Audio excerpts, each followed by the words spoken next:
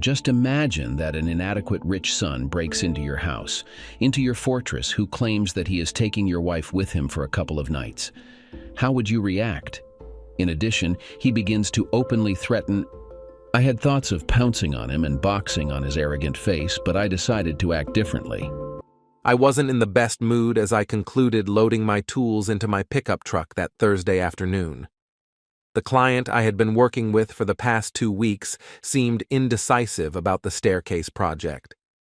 He continuously requested changes to the initial plan, and the latest modification, requested that morning, was so extensive that I had to dismantle a significant portion of the work I had already completed. Additionally, I had to consult with the architect and engineer because accommodating the client's latest whim required a redraw of the structural plans. As a result, the following day would unexpectedly be a day off.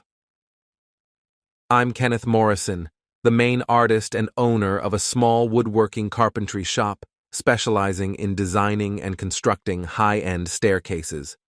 My clientele includes wealthy mansion owners, hotels, restaurants, and offices willing to pay well above $50,000 for an exclusive, artistic staircase. At 34, I had been married to Daphne Tupper, 29, for 4 years. Daphne was a successful lawyer at Kramer, Boylan, and Hendricks, a law firm specializing in commercial and intellectual property law. We hadn't started a family yet, mainly because Daphne wanted to establish her career first. Returning home at 4:30 p.m., I was surprised to see my wife's car in the driveway. Typically, she worked late on Thursdays to finish early on Fridays. Entering through the back door, my usual route after a day at a construction site, I discovered a slight water pressure issue. Wondering if Daphne was in the upstairs shower was unusual, as she typically showered either in the morning or before bedtime. After a quick change into house clothes, I headed upstairs to investigate why my wife was home so early on a Thursday afternoon. As I suspected, Daphne had recently finished showering and was now donning some alluring black fishnet stockings. A brand new black dress lay on the bed, patiently awaiting its turn to be worn. "Hey, honey, why are you here so early? Am I forgetting something? Do we have plans tonight that slipped my mind?" I inquired. She regarded me with an expression I hadn't seen before, a touch of nervousness evident, though she made an effort to conceal it. Letting out a sigh, she replied, "No, Kenneth, you haven't forgotten anything. I'm going out tonight, and you're not. I'll be away until Sunday afternoon, spending the weekend with Derek Kramer." "What? What on earth are you talking about? Is it a business trip or something?" I questioned. "No, Kenneth, it's not a business trip. Derek has a hotel suite reserved for him and me. I'll be back with you next week, but this weekend is for him," she said, her tone defiant, though her words seemed rehearsed. "No, you can't.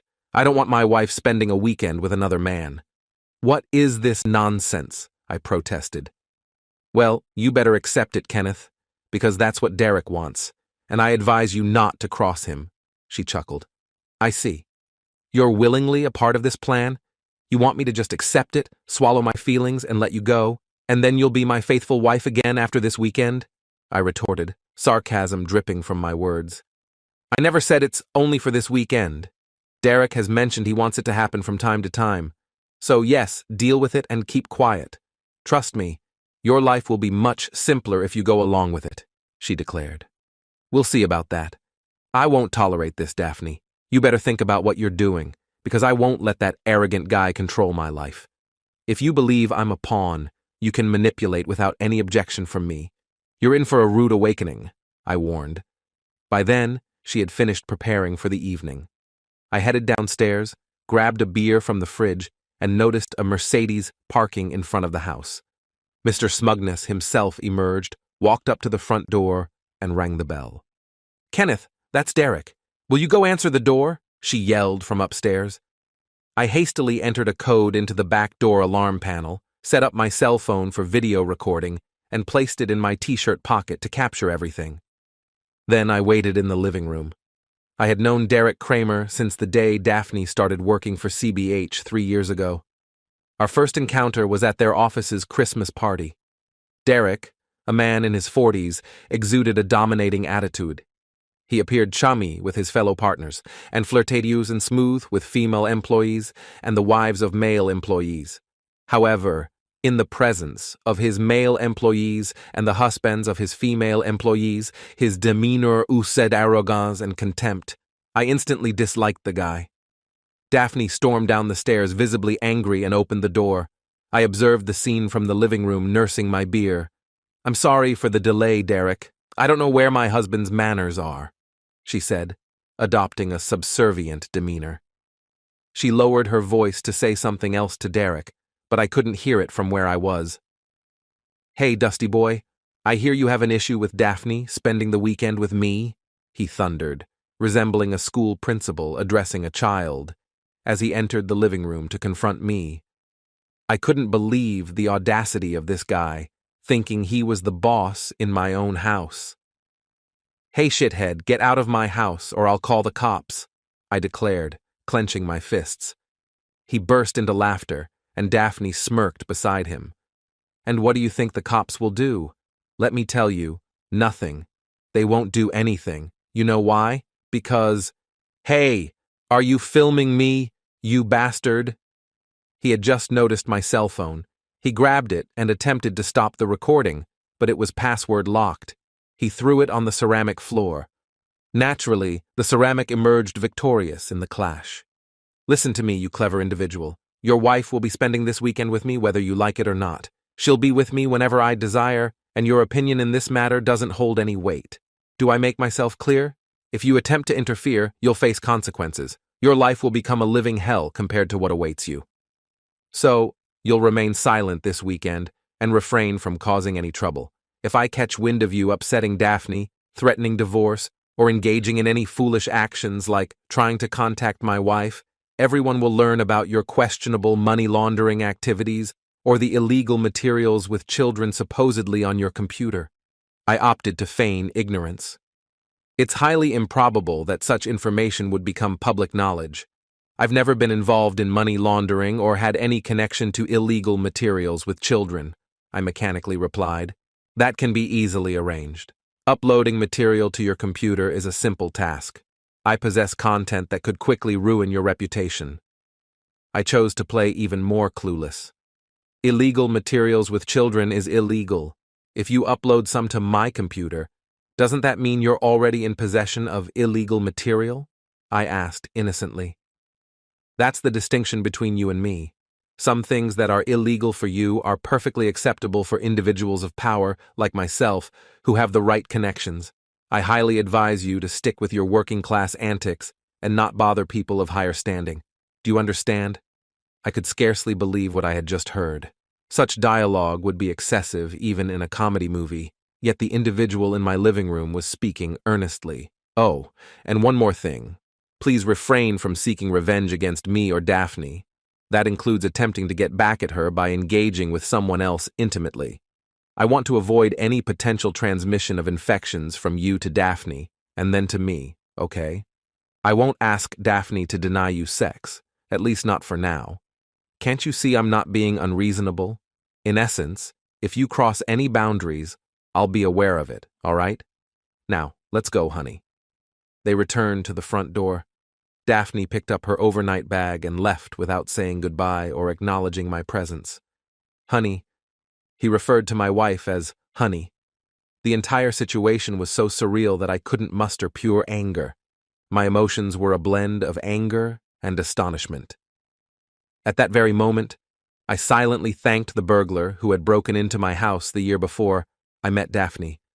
I was so disturbed that I had a comprehensive surveillance and alarm system installed, complete with motion-activated cameras and voice-activated microphones that could record everything in the house and store it in the cloud. I never revealed to Daphne that the system could be set to recording mode while we were at home, ensuring she remained unaware when I activated it just before she opened the front door for that deplorable individual. Simultaneously, I had initiated the recording on my cell phone, serving more as a decoy. My expectation was that Kramer would notice it and figure out a way to turn it off. This would make him feel less guarded, and he might speak more freely, thinking he was no longer being filmed. I hoped this could be a valuable source of information for a potential divorce. The scoundrel provided me with much more than I anticipated. The cell phone now scattered on the floor was, in fact, my business cell phone. After dealing with a wealthier clientele, I quickly realized that providing them with my main cell phone meant being on call almost 24/7. A dedicated business cell phone allowed me to turn it off at the end of the day, and I could attend to messages the following morning. So at least I wasn't without a means of communication. I picked up my personal phone and called my business lawyer and best friend Harry. 10 years ago, Harry Davenport became the husband of my elder sister, Jennifer. They enjoyed a blissful marriage until tragedy struck. 4 years into their union, Jennifer tragically drowned during a trip to Guadeloupe with her 3 friends. Despite the heartbreaking loss, Harry remained an integral part of our family, earning our love and respect. 3 years after Jennifer's passing, Harry found love again in Christine. They tied the knot after a year of dating, and my parents, Daphne and I, were honored guests at their wedding. To this day, Harry and Christine are like siblings to me. Recently, I found myself in a dire situation and urgently sought Harry's assistance. After explaining the threats made by someone named Kramer and detailing the events that transpired during my wife's private weekend getaway, Harry immediately offered his support. He advised me to stay indoors, refrain from contacting anyone, and turn off all communication devices. Assuring me that he and Christine would be there in an hour with dinner, Harry's guidance provided a much-needed sense of security. Reflecting on the events of the past hour, I realized that Daphne, my wife, had been drawn to Kramer's power and charisma. Never did I imagine she would discard our love for him. It was a harsh awakening to the fact that our bond was not as strong as I had believed. My journey with Daphne began 5 years earlier at a birthday party for a friend of a friend. Though unfamiliar with most attendees, I struck up a conversation with Daphne, the sister of the birthday boy's army buddy stationed in Afghanistan. Our connection blossomed, leading to a week of dating and eventual marriage the following year. During that period, I remained employed by Mr. Duncan, the founder of the small company where I worked. Craig Duncan was highly skilled in woodworking and well known in our local area. Despite his expertise in that field, his abilities in accounting and management were lacking. While still in college, he had hired me as a part-time accountant to handle his bookkeeping. A few months into my role, Mr. Duncan secured 3 sizable contracts that demanded more time than he could spare. Although these projects were challenging, his clients insisted he take them on. Consequently, he asked for my assistance in the field. Initially, my tasks involved running errands, procuring supplies, and providing support with the handling of large pieces. My rapid learning and aptitude for the work became evident, and after overcoming the initial learning curve, I could independently handle simpler tasks or be a valuable asset on more complex projects. While I obtained my accounting degree, my passion for hands-on work led me to pursue an apprenticeship. After a few years, I earned certification and became Mr. Duncan's associate. Upon his retirement, my parents supported me financially, enabling me to buy out his share over a 2-year period. Although the lawyers at CBH viewed me as an uneducated shop worker, I was unfazed. My company thrived, focusing on fewer but more lucrative projects. Over the preceding months, I had hired 2 assistants, and my net income and value surpassed those of many lawyers associated with my wife. Despite this success, even my wife was unaware of these details. My contemplation was interrupted by Christine and Harry, who arrived with Chinese takeout and beer. "Are you okay, Kenneth?" Christine inquired, offering a warm hug. "I can't believe Daphne did that to you. This is so unlike her." Harry, giving me a supportive hug, reassured, "Don't worry, buddy. We'll sort things out. Let's have dinner, and then I'll take a look at your recording." I shared the details of Daphne's unwelcoming reception when I arrived home earlier that afternoon. Following dinner, I grabbed my laptop and retrieved the files containing recordings from both the camera and microphone. Thankfully, the conversations were exceptionally clear. "I can't believe what I just heard," Harry exclaimed. "Quite an arrogant fellow, huh?" I remarked. "No, more like a downright foolish one," Harry responded. "I mean, this guy is what, 42 years old? That should mean he has about 15 years of law practice under his belt. He's not a rookie. Yet, he's so full of himself that it never occurs to him that sometimes you just need to keep quiet. Your clever trick of making him think he wasn't being recorded after he destroyed your cell phone worked like a charm. He took the bait and spilled everything we need to know." "Okay, but can I legally use it since it was recorded without his consent?" I inquired. "Absolutely. This is your home. You have the right to record whatever you want here," Harry reassured me. "So, I have nothing to worry about. Is that what you're saying?" I questioned. "No, that's not what I'm saying. We need to be extremely cautious. I did some research on my way here. Chris was kind enough to drive and handle the takeout. It turns out our guy, Kramer, is the son of the founder of their law firm. You were aware of this, right?" Harry explained, and I nodded. "What you might not know is that his father, Marvin Kramer, had quite a reputation. He wasn't a great lawyer, but most of the judges in the area were his former college buddies. Knowing everyone personally made it easy for him to win most of his cases. Unfortunately, his son Derek has followed in his footsteps. That's what makes him dangerous. He has a wide network of friendly judges, and if he files a case, getting a judgment in our favor will be extremely challenging, no matter how illegal his actions are." "Wow. So you're saying that no matter what I do, I'm in trouble?" "Not necessarily. Winning will be challenging, but not impossible. I have connections too, you know.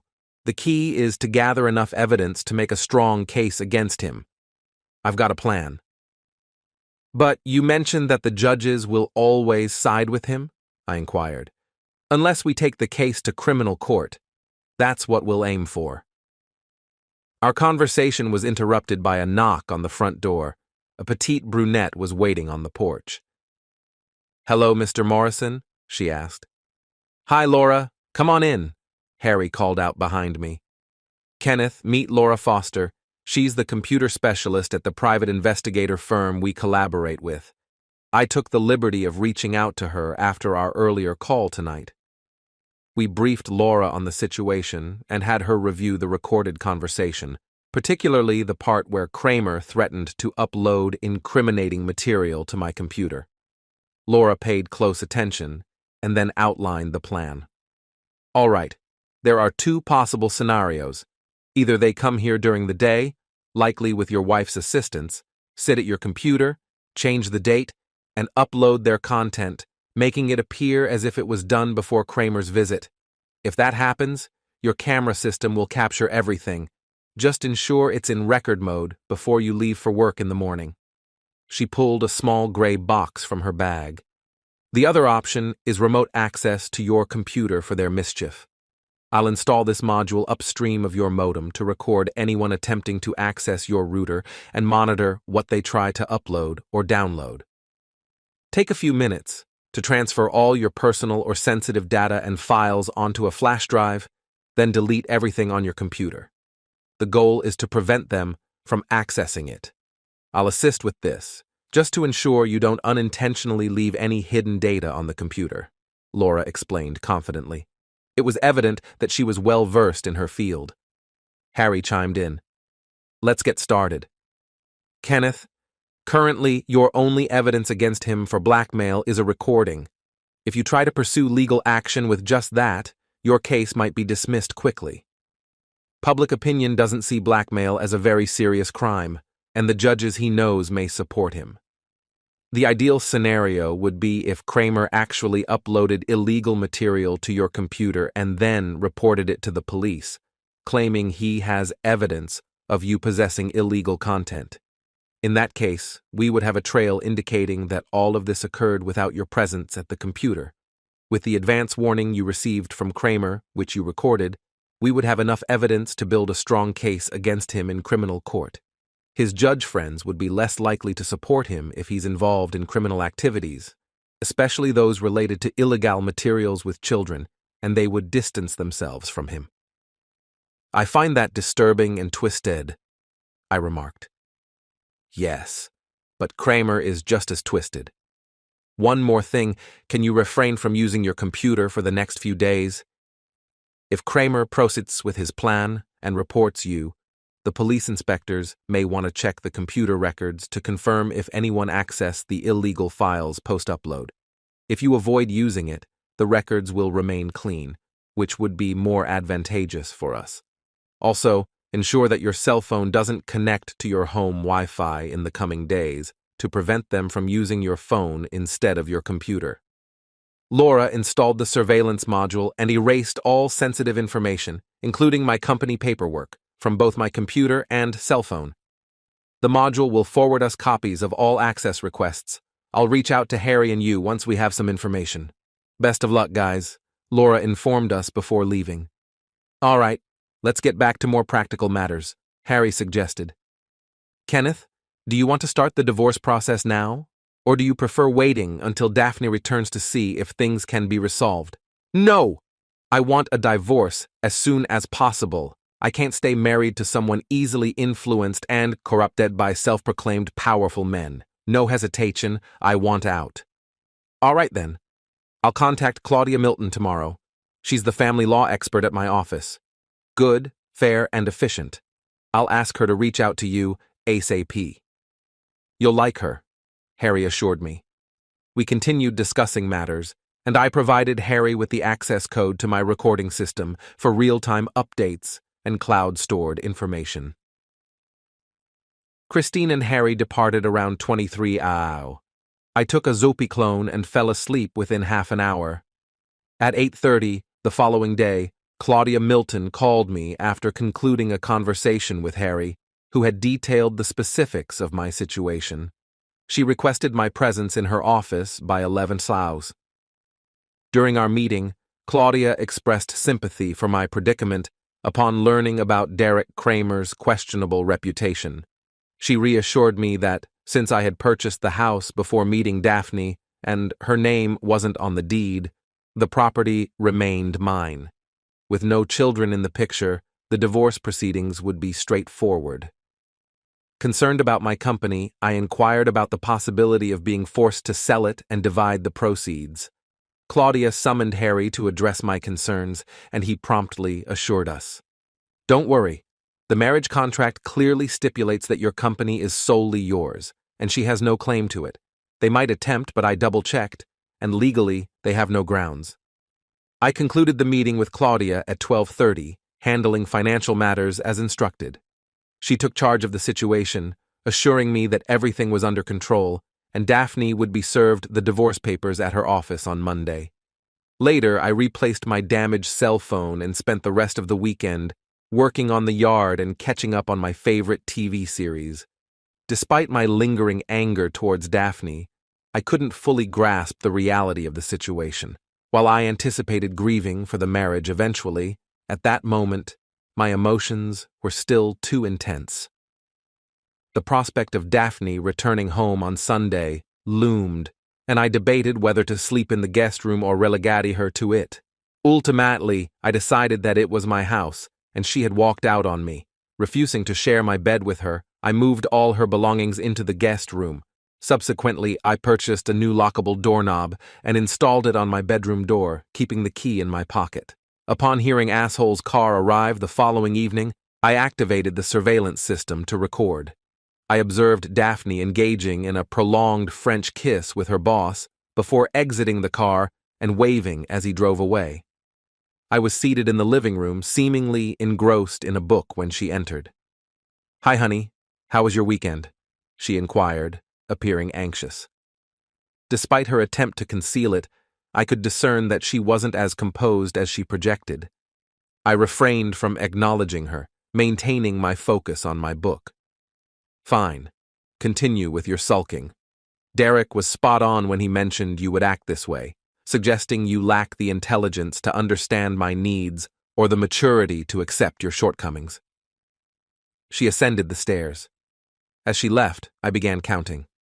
1, 2, 3. Kenneth Morrison, what's going on? Did you put a lock on our bedroom? Correction. On my bedroom, I responded calmly. All your belongings are in the guest bedroom. You'll be staying there until you find an apartment. What the hell? Wait until I tell Derek about this. This was not part of the agreement. Agreement? What agreement? I haven't agreed to any of your partner's nonsense. Either you stay in the guest room or leave. Perhaps Kramer's wife can accommodate you in her marital bed. She glared at me, not uttering a word, stormed into the guest room, and slammed the door. I followed her upstairs, yelling through the door, "Speaking of agreements, what was in it for me, by the way?" No response. I returned upstairs. After 15 minutes, my phone began buzzing with text messages from an unfamiliar number. What's this I hear, Cuck? You won't let Daphne into her own room? I thought I explained things clearly to you. Even someone like you should comprehend. For tonight, I'll overlook your childish crisis. Tomorrow, you'll prepare Daphne's favorite dinner and apologize for your behavior. If you behave the rest of the week, I'll permit her to be intimate with you next weekend. Fail to comply, and you'll discover my threats are genuine. Follow my instructions. No questions. Clear? I couldn't believe what I was reading. This person bordered on being heartless, delusional, and foolish. I chose not to respond, but took a screenshot of the conversation and sent it to Harry. Harry responded 3 minutes later, saying, "Incredible. This guy thinks he's top-notch, but he's just a first-rate idiot. Keep the conversation intact and don't bother replying to him." Kramer continued to send a couple more acknowledgement requests, to which I remained silent. Eventually, he stopped reaching out. I didn't encounter Daphne again that evening. I went to bed, securing the door and leaving the recording system on. I messaged one of my assistants, notifying him that I would be coming in late the next day. I waited until the morning, after Daphne had left, before getting up and getting ready. I made myself breakfast while downloading the recordings from my system for the night. Daphne hadn't left the guest room until this morning. She had used the guest bathroom for a shower and left without having breakfast. Surprisingly, she hadn't attempted anything with my computer, as I had anticipated. A text from Claudia Milton popped up. "Hi, Kenneth. Just confirming that the divorce papers will be served at 10 Kodor this morning. I informed Harry as well. Have as good a day as possible, considering everything." Before heading to the shop, I ensured my home system was still recording and set to send an alert to my phone if activated. I had an 11Z meeting with the architect to discuss the final modifications for my current client. I kept myself occupied with small tasks until the meeting. I anticipated a call from Daphne shortly after being served, but it never came. At 10:45, I messaged Harry, expressing my surprise at Daphne's lack of contact. This means she's talked to Kramer about the divorce papers. They might already be scheming. I'll call Laura. "Stay tuned," Harry replied. The meeting went smoothly, surprisingly allowing me to stay focused. I spent the rest of the afternoon doing maintenance on my tools and tidying up the shop. At 15:12, I received an alert on my cell phone. I texted Harry that the show was in motion. He responded with a thumbs up. I accessed my system and observed the live events unfolding in my house. Daphne had entered accompanied by an unfamiliar man. They proceeded to our home office, where they activated my computer. The two of them maintained minimal conversation. The man spent a few minutes deciphering my password, followed by inserting a flash drive into my computer and engaging in suspicious activities for around 10 minutes. Fortunately, I managed to capture clear images of his face. Meanwhile, Daphne went to the guest room and packed her belongings in garbage bags, as her suitcases were apparently in the master bedroom closet. Once the man completed his tasks, he shut down the computer and informed Daphne of his departure. She finished packing and left the premises at 15:56. Harry contacted me shortly after the recording ceased. "All right, Kenneth. Head home and act normally. I suspect they will involve the police tonight or tomorrow, so be prepared for an inspector's visit. Obtaining a search warrant takes a few hours, so anticipate their arrival tomorrow. Could I get arrested? I inquired. It's a possibility. If it happens, maintain silence. Don't answer any questions. I've already reached out to Stephen Lindsay, a reliable criminal defense lawyer. I've shared all pertinent information, including the recordings. He assures me this will be the easiest case of the year, Harry assured. I provided Harry with the code to control my alarm system recording in case of an arrest. After some more discussion, we concluded our conversation. I felt extremely anxious as I drove home. The evening passed without any police visits, calls from Daphne, or unpleasant messages from asshole Kramer. I made myself a sandwich and ate while watching TV. Although tempted to inform my parents about the situation, I decided to wait until the storm had passed. Explaining computer system tampering and cloud-stored videos to my mother seemed futile and likely to cause unnecessary worry. The following day, while I was at the store, I received another notification indicating that there was an intruder in my house. Following the same procedure as the previous incident, I immediately texted Harry and accessed my security system. The police had entered my residence and were attempting to deactivate the alarm. It seemed they had successfully shut down the system as communication was lost. Harry informed me that he had witnessed the events and forwarded the images to Stephen Lindsay. Approximately 1 hour after the police arrived at my home, 2 officers arrived at my shop and placed me under arrest. I was handcuffed and transported in a police car. They swiftly informed me of my rights and began asking questions, which I declined to answer. Upon reaching the police station, they confiscated my cell phone and wallet, placing me in a cell with 5 other individuals. There was minimal interaction, as everyone was focused on the floor tiles. After about 3 hours, a guard came to escort me to a meeting room where I would meet my lawyer. "What the heck?" I exclaimed to the guard. "I never disclosed who my lawyer is." The individual remained silent, leaving me alone in the room. The door opened 10 minutes later, revealing Derek Kramer with a triumphant grin as wide as the Golden Gate Bridge. He sat across from me without uttering a word. I maintained eye contact, offering no response. Once satisfied with establishing his dominance and making it clear that he considered himself victorious in this battle, he gave me a triumphant look and began speaking. "Now, do you understand the gravity of the situation?" I remained silent. "I asked you a question, Morrison. Answer me, you insignificant bug." Once again, I refrained from responding. "It will be your testimony against mine, Morrison.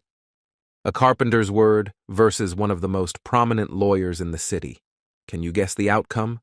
he inquired, his perpetual smirk in place. He rose from his seat. "All right. It appears that you need some time to think over what I've shared with you. Let's reconvene tomorrow morning for further discussion. Maybe spending a night in this communal cell with your friends will help you gain some clarity," he stated before exiting the room. I was escorted back to the cell, where there were now only 4 other individuals. Later that afternoon, another person came to see me. I was brought back to the same meeting room where a tall, blond man awaited me with a stern expression, a "don't mess with me" demeanor. He stood up as I entered. "Good afternoon, Kenneth. Pleasure to meet you. I'm Stephen Lindsay. Feel free to call me Stephen. Harry contacted me earlier today, expressing difficulty reaching you. Given the circumstances, we suspected you might have been arrested and brought here."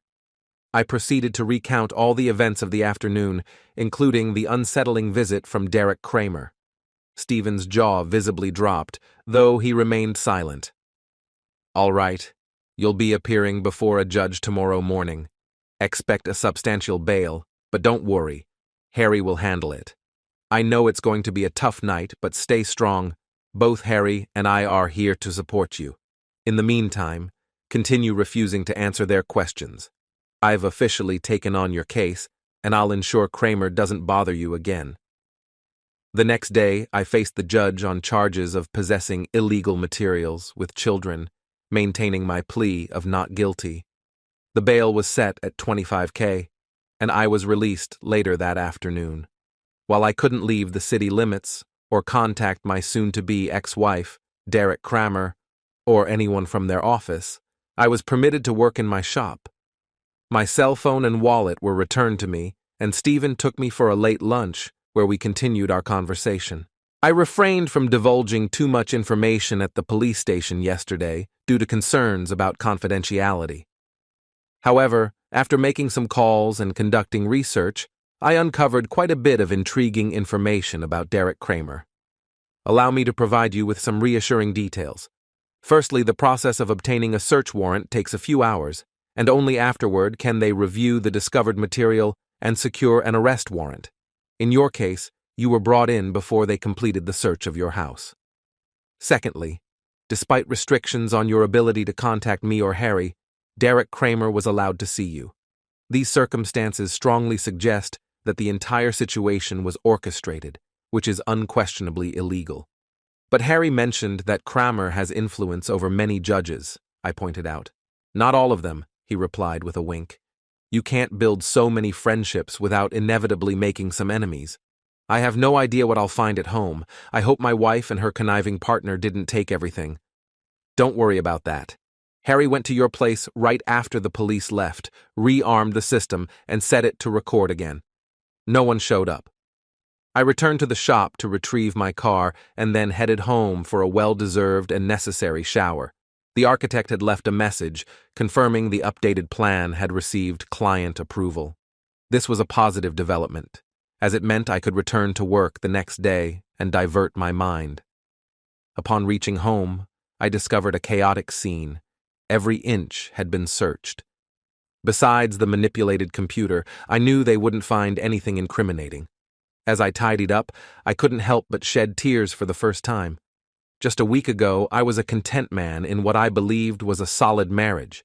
Now, I was a suspect in a crime, facing divorce, and manipulated by my wife's boss. What had I done to deserve this? At least there were no reporters bothering me.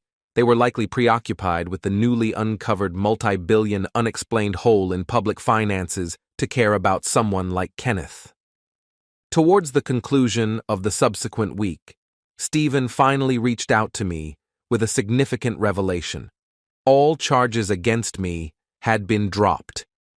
It appeared that the assigned inspector, a formidable individual particularly sensitive to issues of blackmail, was not one to be trifled with. Apparently unswayed by Kramer's maneuver, the inspector promptly ensured the filing of charges against Derek Kramer for blackmail, evidence fabrication, and possession of illegal materials with children. Daphne, on the other hand, would face accusations of conspiracy related to these crimes. Shortly after my conversation with Stephen, Harry called me, inviting me to dinner that evening. While en route to Harry's house, Claudia Milton, my family law attorney, contacted me. Kenneth, Daphne's lawyer called me this afternoon and conveyed her readiness to sign the divorce papers without alterations, with one condition.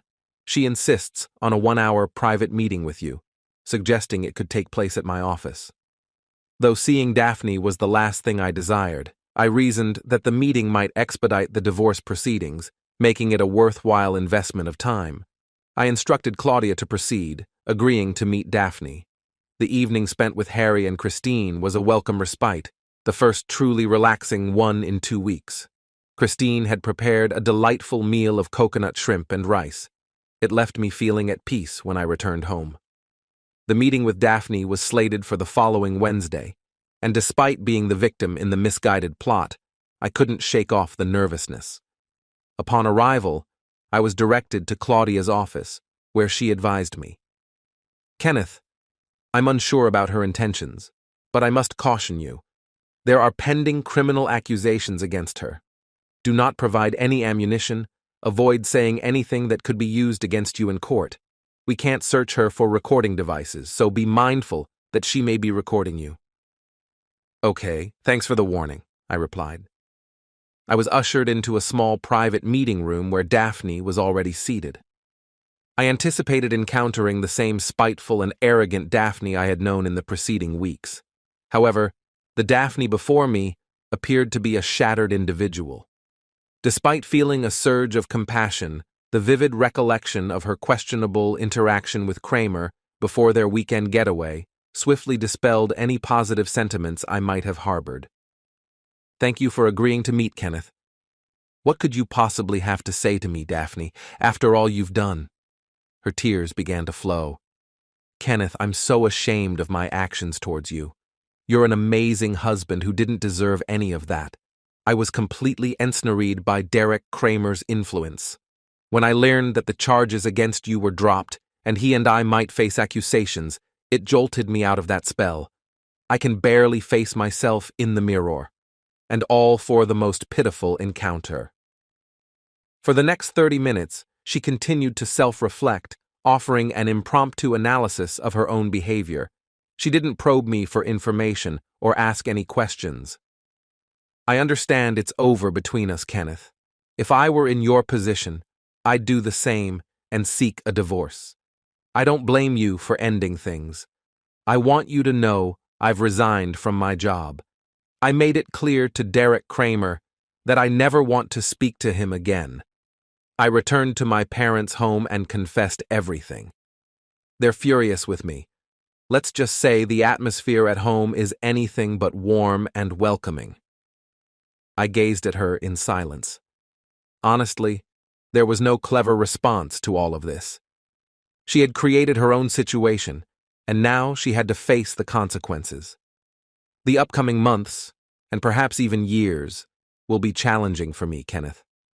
I'm uncertain about what life has in store for me. My only hope is that eventually, after everything settles, we might have the chance to be friends. That's a distant prospect, Daphne. Very distant. We'll see when we get there.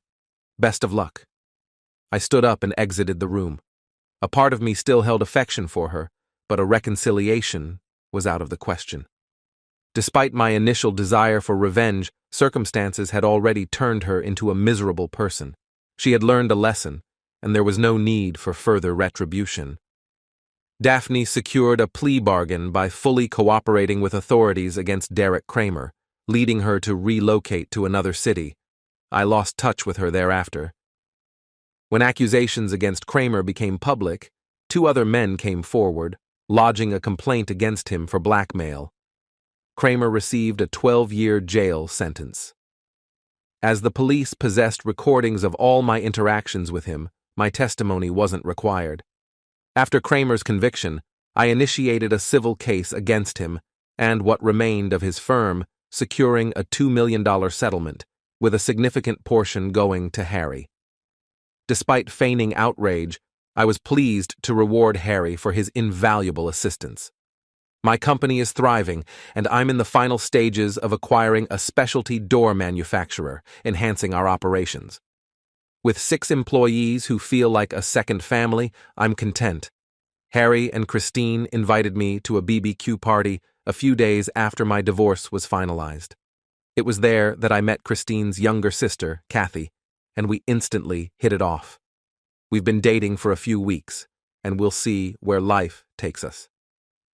Several weeks after settling the civil case against CBH and Kramer, I visited Kramer in jail.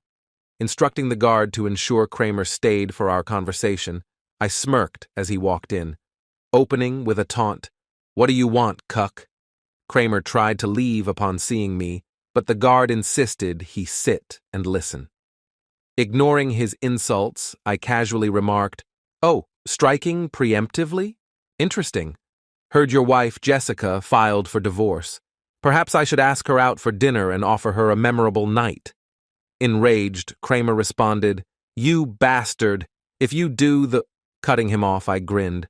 "Don't waste your pathetic spit, asshole. I've already done that. The hummingbird tattoo on her upper left thigh is quite lovely, isn't it, cuck?" He turned crimson, resembling a beet. Once again, he was on the verge of issuing threats. However, in the final moment, he grasped that such an approach wouldn't further his cause.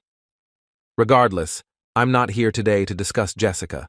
I just wanted to inform you that you're a fool who needs occasional reminders of his own foolishness. Consider this.